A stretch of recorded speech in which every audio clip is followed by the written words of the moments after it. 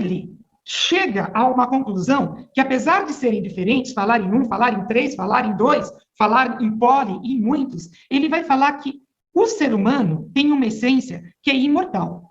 É uma centelha cósmica que vem de um ser superior e que ele está prisioneiro no corpo. Isso ele vai falar, gente, num tempo em que somente haviam deuses. E falar de que ser veio de uma unidade maior era algo que era só o monoteísmo que tinha isso. Só que ele também acolhia o politeísmo, porque dessa divindade maior foram tendo vários desdobramentos. Então, houve várias forças divinas. Ele entendia assim, tá? E essa alma que nós temos é imortal.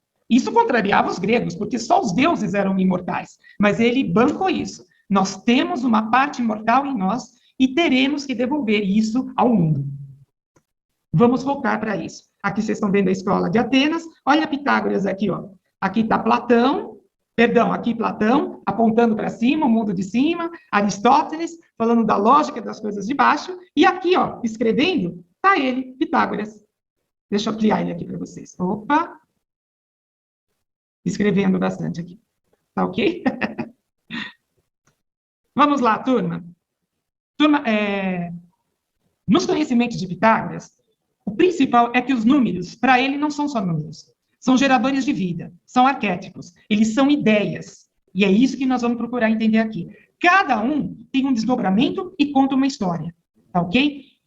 Ele vai falar que 4 ciências os números vão promover e que era importante conhecer: a aritmética, a geometria, a música e a astronomia. O movimento, o som, a forma e a sequência numérica. O que se faz com os números? As leis, tá ok? Ele vai falar também desse princípio único que se desdobra, um princípio único universal, que essa essência é imortal, como eu falei para vocês. Nós temos um pedaço dessa essência, num grau muito mais reduzido, prisioneira no corpo, e que haverá de voltar para o seu estágio outro. E ele ensinava na sua escola uma forma, um caminho para transformar essa alma humana. E é esse caminho, você tinha que purificar todo o esquecimento que você teve, você purificava a parte terrestre para fazer esse caminho de retorno. E eu conto para vocês que não era fácil ser um discípulo de Pitágoras. Vocês vão ver por quê. Olha, tá aqui, olha. Quando ele saiu, quando ele terminou todos os lugares que ele foi para Samos, tá ok? Para poder ensinar isso tudo. Só que ele tinha brigado com o tirano Polícrates, lá em Samos, que não deixou ele ficar. Então, ele precisou ir lá para a Itália, gente. Aqui na Itália, olha, tem Crotona. Quando ele chegou em Crotona e apresentou para Jerusia, Jerusia é o governo dos mais velhos, porque nessas antigas cidades, naquele tempo, estou falando de 500 e pouco, tá? 530 anos antes de Cristo, o governo dos mais velhos era algo importante. Era o governo dos anciãos, que tinha vez e voz para aquilo que ia acontecer com o seu povo. Então, ele primeiro reúne a Jerusia, reúne os anciãos e passa o seu conhecimento. E olha o que foi falado. Porfírio vai falar dele, tá? Que ele causou tal efeito em Crotona, que depois de comover a alma dos anciãos com dos anciãos governantes, que é a Jerusia, com seus belos discursos, estes o convidaram a pronunciar essas exortações, não só para os homens, mas também para as crianças e para as mulheres. A fama dele cresceu grandemente, ele ganhou muitos discípulos, não somente homens, mas mulheres, tornando-se célebre, uma delas que é Teano. Isso está escrito em Porfírio. Então, com essa escrita que chega até nós, nos dias de hoje, a gente sabe que a escola pitagórica não era formada só por homens. Era uma escola mista e mística, tá ok?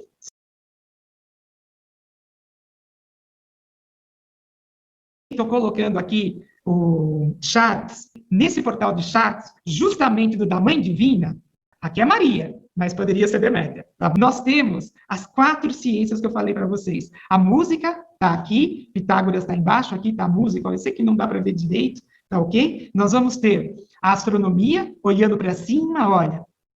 Embaixo de cada uma, gente, sempre tem um mestre que exacerbou aquilo. Então, da música tem a Pitágoras, porque Pitágoras ensinava a música, o som era algo importante, não só, né, para ele, todas as 4. Astronomia, vocês vão ver Ptolomeu aqui embaixo, olha. e a astronomia olhando para cima, a matemática está aqui, a geometria está aqui, infelizmente quebraram, a gente não vê o que eles estão segurando, tá ok? Eu sei que aqui embaixo vai estar Euclides, e aqui embaixo da matemática, eu não vou me recordar, então era o mestre que estava aí. Mas só para vocês terem uma ideia, como esse conhecimento perpassa a Idade Média, ele não era exaltado, mas ele perpassa a Idade Média. Isso está gravado na igreja de Chartres. Quem foi comigo para Chartres sabe, é um monumento vivo, um livro vivo onde os grandes mistérios estão escritos. Vamos lá, vamos prosseguir. Aqui tem Jâmblico, ele que trouxe muitas coisas para a gente. Vou pular um pouco dessa história, tá bom, gente? Eu só queria contar para vocês, eu não vou ler tudo, não. Mas o Platão, ele quer saber mais sobre a geometria sagrada. E quem conhecia era Filolau. Filolau estava passando por maus bocados, gente. Filolau está aqui, tá bom? Filolau é discípulo de Pitágoras, não da mesma época, mas ele seguiu. Tradição oral. Então, Platão queria muito saber, e ele pede para um discípulo seu, chama Dio de Siracusa, fala assim, olha, fala se o Filolau pode escrever a respeito do conhecimento pitagórico. E pagou para ele uma boa quantia, 100 minas, e ele escreveu 3 livros. Graças a essa escrita de Filolau, muitos desses conhecimentos chegaram até nós. Para Pitágoras, era importante os números de 0 a 10. De 0 a 10, nós já teremos o caminho da origem do cosmos, da manifestação desse cosmos até a matéria, e como se faz o retorno da matéria de novo à origem. Tá ok? Tanto que aqui vocês estão vendo o número 0, olha, 0, 1, 2, 3, 4, 5, 6, 7, 8, 9 e 10. E o que é o 10, se não o mesmo 1 e o 0, que começou aqui como 0 e 1. Nós saímos da origem, saímos do alfa e voltamos até ele, de alfa ônica fechado num círculo. E nós vamos ver muitos símbolos falando isso. Aqui eu estou mostrando exatamente isso, tá? Nós vamos ver como de um mundo divino, que vai começar do 0, vamos chegar até o mundo físico, e depois fazer o caminho de retorno. Essa linguagem é cifrada e vai falar do macrocosmos, do cosmos e do microcosmos. Ou seja, desse grande macro lá de Gaia, desse cosmos onde estão os deuses, os divinos, os nomes que as várias antiguidades deram para eles. Nós vamos ver que tem 7 planetas importantes na antiguidade aí. E microcosmos somos nós aqui na Terra, que somos uma representação desse todo. Então, se nós temos esse todo em nós, mas esquecidos disso, como fazer o caminho de retorno? É essa relação que a gente vai ver. Eu estou mostrando uma figura de um alquimista chamado Robert Fludd, de 1619. Ela mostra isso, ó. Esse princípio divino, olha esse raio cinza claro. Passa pelo mundo dos planetas, pelo cosmos, chega até aqui, esse redondinho é a Terra. Nós estamos aqui e agora começa um triângulo preto. Temos que fazer o caminho de novo até o divino. Passamos pelo cosmos, onde estão os mapas astrais, os 12 signos. Temos que ultrapassar isso, deixar de ser alma e ser de novo espírito, voltando para essa unidade, voltando para essa parte espiritual de onde saímos. Aqui nós temos uma síntese disso, com esse triângulo cinza e esse triângulo preto. Tá ok, turma? Essa é a jornada. Do espírito, passando pela alma, se chega ao corpo, e do corpo, transitamos pela alma e temos que voltar ao espírito. Vocês vão ver que não é algo tão simples e que se faz de uma vez só. Porque aqui a gente fica um pouquinho preso nessa questão da alma. Nós vamos ver isso. E aqui eu estou mostrando para vocês, na geometria, como nesse microcosmos, nesse planeta Terra, nós reproduzimos a medida dos astros. Aqui vocês estão vendo as 3 pirâmides do Egito. Tive a oportunidade de estar com alguns lá. Liz está aí, amiga Vilma, que imita a constelação de Órion. A mesma disposição das estrelas de Órion é trazida aqui no Egito. Você vê que essa geometria era algo importante porque reproduz o cosmos na Terra. Nós vamos ouvir na cultura judaica falar da Jerusalém Celeste, que é aquela que inspira e nutre a existência da Jerusalém terrestre. Há uma comunicação entre céu e terra. Até um livro que fala sobre isso que eu coloquei aqui. Nós podemos ver também, por exemplo, eu estou pegando aqui a constelação de Virgem, tá bom? E aqui, gente, eu desci a constelação de Virgem, eu sei que está difícil para vocês observarem, no mapa da França.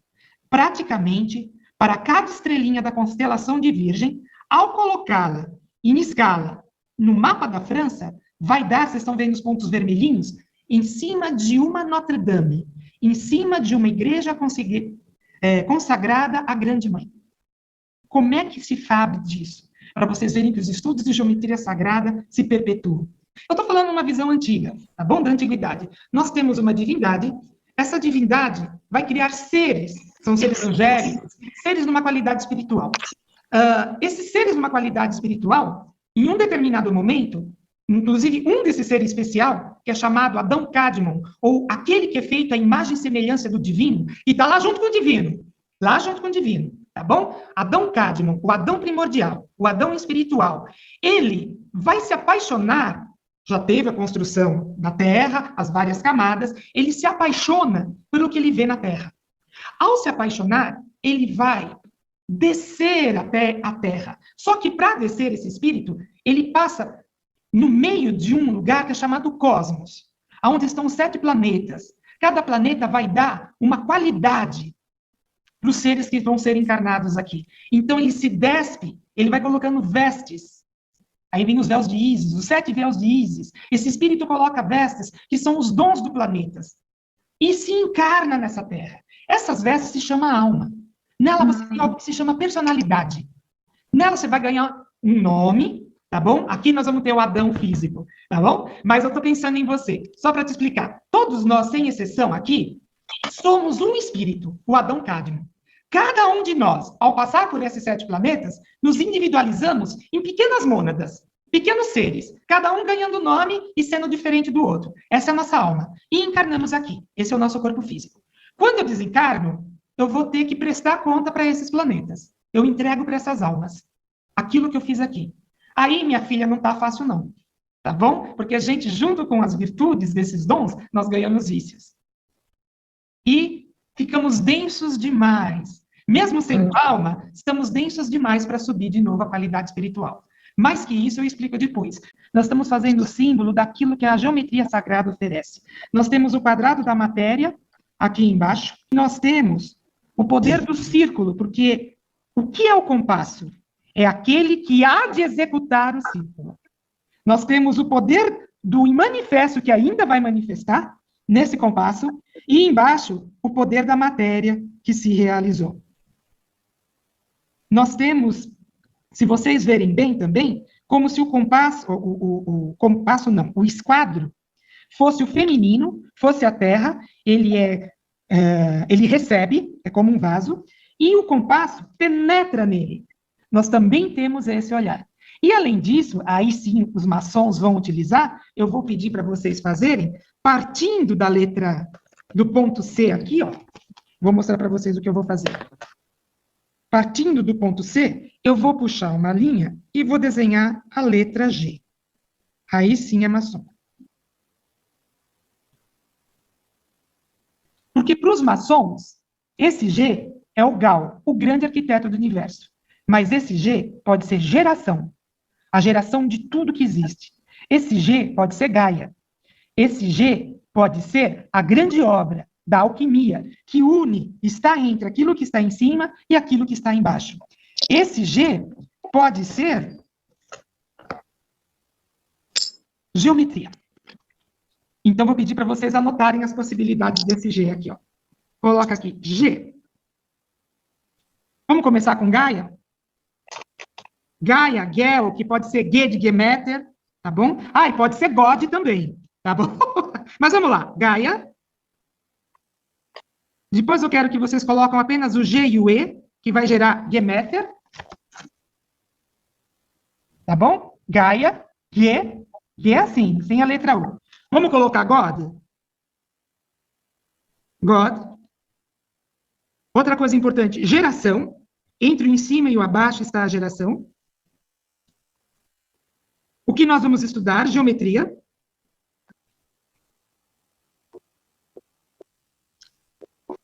Para os alquímicos, grande obra. E para os maçônicos, Gaú. Ou Gadu. Grande arquiteto do universo. Se for Gadu, tem a letra D aqui. Gadu, grande arquiteto do universo. Os outros símbolos não serão tão complicados, tá bom? Mas hoje eu comecei com o mais elaborado. Com esse símbolo, que antes da maçonaria, como vocês estão vendo aqui, já é representativo. Aí tá o que nós fizemos hoje, tá bom? E essa letra G, que vem posteriormente, aí sim, pela maçonaria, tá? E que traz todos esses elementos que eu falei aqui para vocês, que vocês já escreveram no caderninho de vocês. Esse era o nosso exercício de hoje. Essa figura do Deus geômetra, do Deus que vai usar o esquadro e o compasso, vai estar presente em muitos lugares. Isso daqui, gente, é de 1220. Existia o que eles chamam de maçonaria operativa, quer dizer, os caras que trabalhavam na construção mesmo, porque maçom, vocês sabem que é pedreiro, né? Mas não existia ainda a maçonaria enquanto entidade. Estou falando de 1220. Olha essas obras que lindas. Outra vez, Deus como geômetra. Deus, que também se confunde com Cristo, claro, em função da unidade. Olha ele colocando o compasso nas águas do caos e organizando o mundo com as águas do caos. Aula que vem, caos, hein? Olha aqui uma outra figura que mostra isso. E mais uma ainda. Essa está bem claro.